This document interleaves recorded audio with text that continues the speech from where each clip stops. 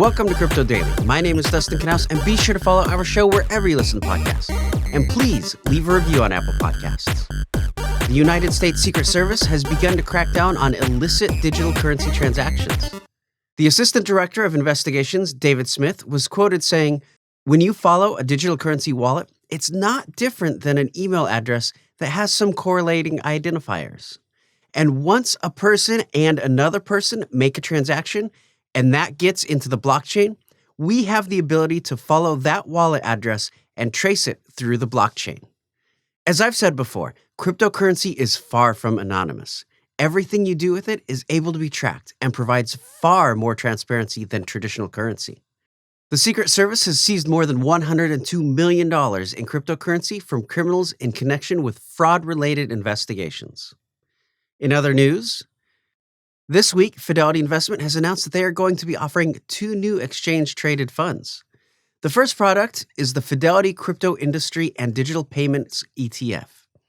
It invests in companies that support the broader digital asset ecosystem, including those involved in crypto mining and trading, blockchain technology, and digital payments processing. The second offering is the Fidelity Metaverse ETF. This invests in companies that develop, manufacture, distribute, or sell products or services related to establishing and enabling the metaverse.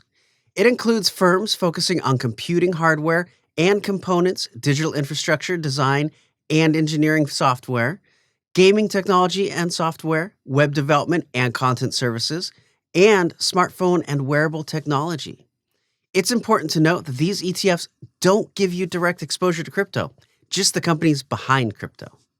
Fidelity's head of ETF management and strategy, Greg Friedman, said, "We continue to see demand, particularly from young investors, for access to rapidly growing industries in the digital ecosystem. And these 2 thematic ETFs offer investors exposure in a familiar investment vehicle." These ETFs will be available on April 21st for individual investors and financial advisors to purchase commission-free through Fidelity's online brokerage platforms. Well, now it's time to turn our focus over to the world of NFTs.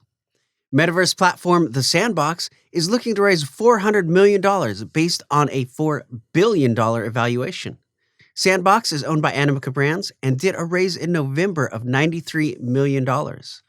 Of course, Sandbox is the virtual home to many celebrities like Snoop Dogg, who even filmed his first Metaverse music video for his song House I Built, which featured a digital double dancing. We gon' throw our setup, and we gon' get our bread up, while I roll my weed up in my sandbox with my feet up. Their chief operating officer said the company is looking to expand aggressively this year, but didn't provide further details. In other news, the NBA has announced a special set of Ethereum NFTs just for the playoffs. They're going to mint 18,000 NFTs in a collection called The Association. Each Association NFT represents an NBA player in this year's playoffs. There will be 75 NFTs of each player from the 16 NBA teams participating. Now, these aren't just any NFTs, however. The NFT traits will evolve over the course of the playoffs based on each player's real-life performance. The NFT backgrounds and frames will also change based on the player's team's performance. The NFTs will be free to mint, but interested collectors will have to pay the cost of gas on Ethereum. There is a limit of 1 per wallet. Be sure to follow our show wherever you get your podcasts. Also, leave a review on Apple Podcasts. It really does help. I'm Dustin Knaus, and thank you for joining me today.